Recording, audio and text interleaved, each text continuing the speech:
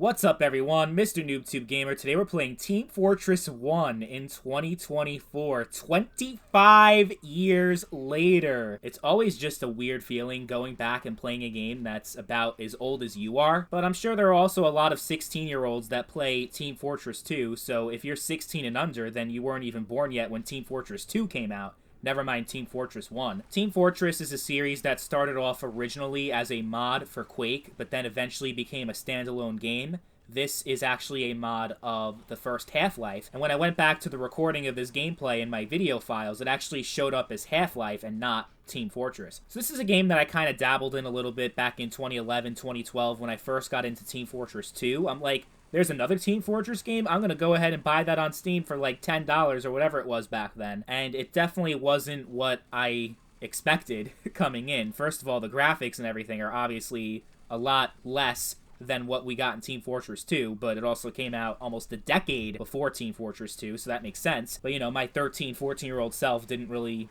understand that. I didn't realize how old it was before I bought it. I just saw Team Fortress in the title. I'm like, you son of a bitch, I'm in. And I proceeded to buy the game with my mom's credit card. Played it for a few minutes. Didn't like it because the graphics were lame or whatever I thought back then.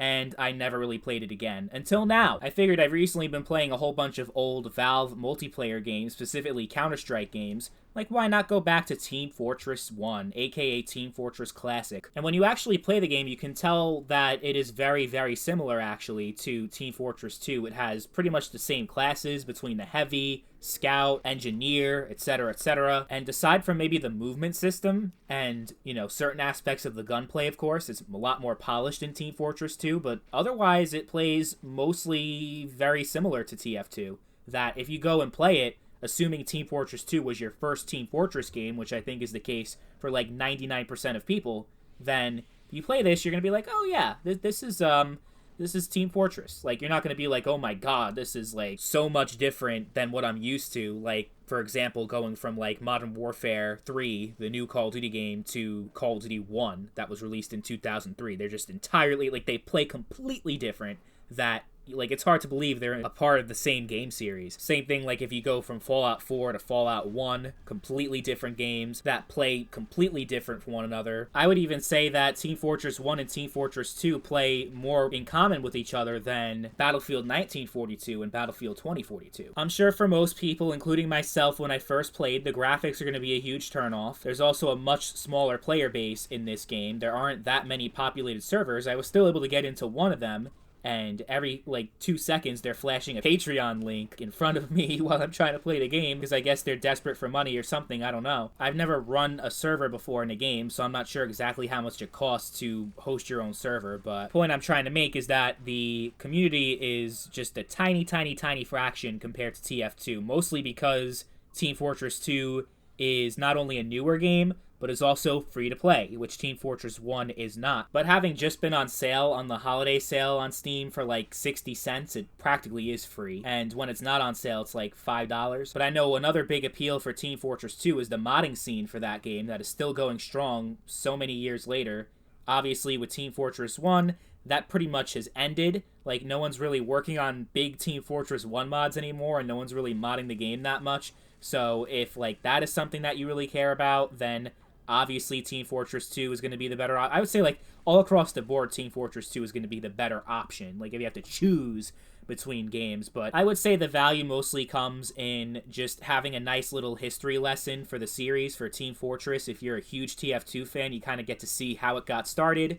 Technically, it didn't get started with this game, it got started with the Quake mod, but this was really the game where the Team Fortress series started to find its own footing and established itself as one of Valve's flagship IPs, alongside Counter-Strike, Half-Life, Portal, Left 4 Dead. So it's a nice little time capsule for Team Fortress fans, and, you know, it's cool. Like, playing a game from 1999, I just find that so cool, going back and playing really old games from a time period that I wasn't really alive during. It's the closest thing you'll ever get to getting a time machine and being able to travel back to 1999. And for 1999, I'd say it actually is very impressive what they were able to do with this game. The gameplay and the map design and just the overall experience is It seems well beyond most games that were released during that period. So I found myself impressed and actually surprised by what this game actually is, considering how old that it is. And it's one of those games that you have to try at least once. If you're not a big Capture the Flag fan, then you're just probably automatically not going to like the game, because that's the only game mode that's really played anymore. And Team Fortress 2 came with a lot more modes, like Payload, and like that pretty much became the biggest part of Team Fortress, was the Payload mode.